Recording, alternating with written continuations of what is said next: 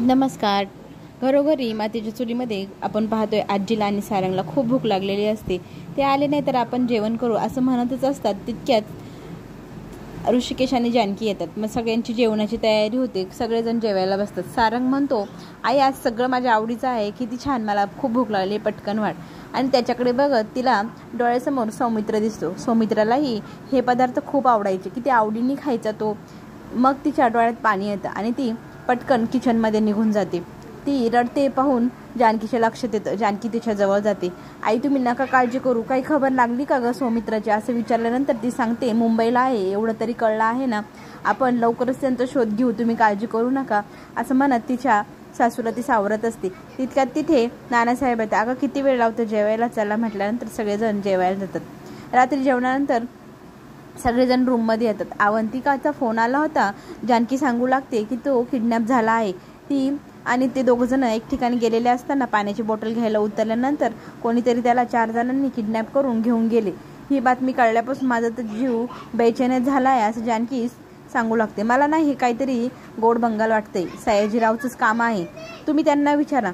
तेव्हा ऋषिकेश चिडतो, तुझ्या डोक्यात फरक पडला आहे का असं विचारल्यानंतर तो सांगणार आहे का, आपल्याला थोडंसं दमाने घ्यावं लागेल, धीराने घ्यावं लागेल, मला तर वाटतं हे लग्नच मोडावं असं जानकी सांगू लागते. ते सगळ्या गोष्टी आजी गपचूप ऐकत असते खिडकीतनं.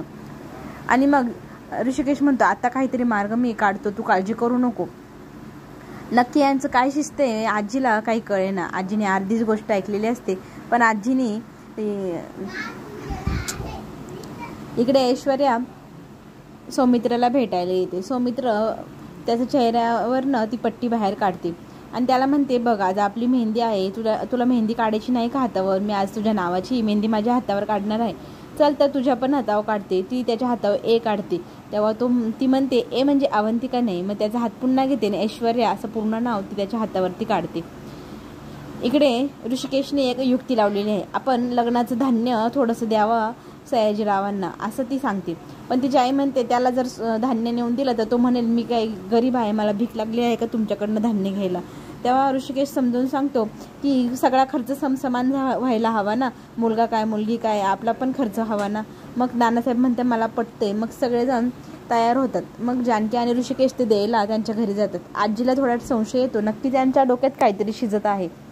इकडे निकिता तिचा मोबाईल शोधत असते पण तो सापडत नसतो. तितक्यात तिथे ऐश्वर्या येते. काय शोधत आहेस तू.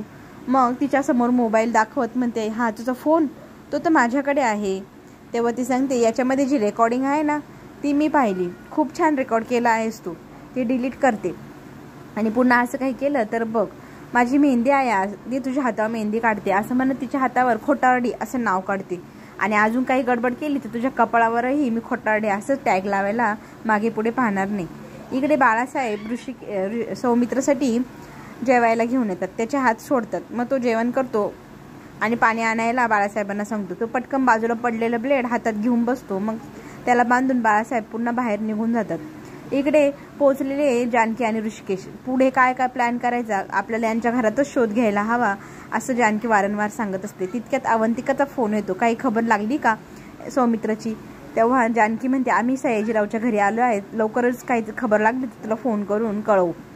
मग फोन ठेवते. इकडे बाळासाहेब घाईघाईने सयाजीरावला सांगायला जातात की ऋषिकेश आणि जानकी आले आहे बाहेर.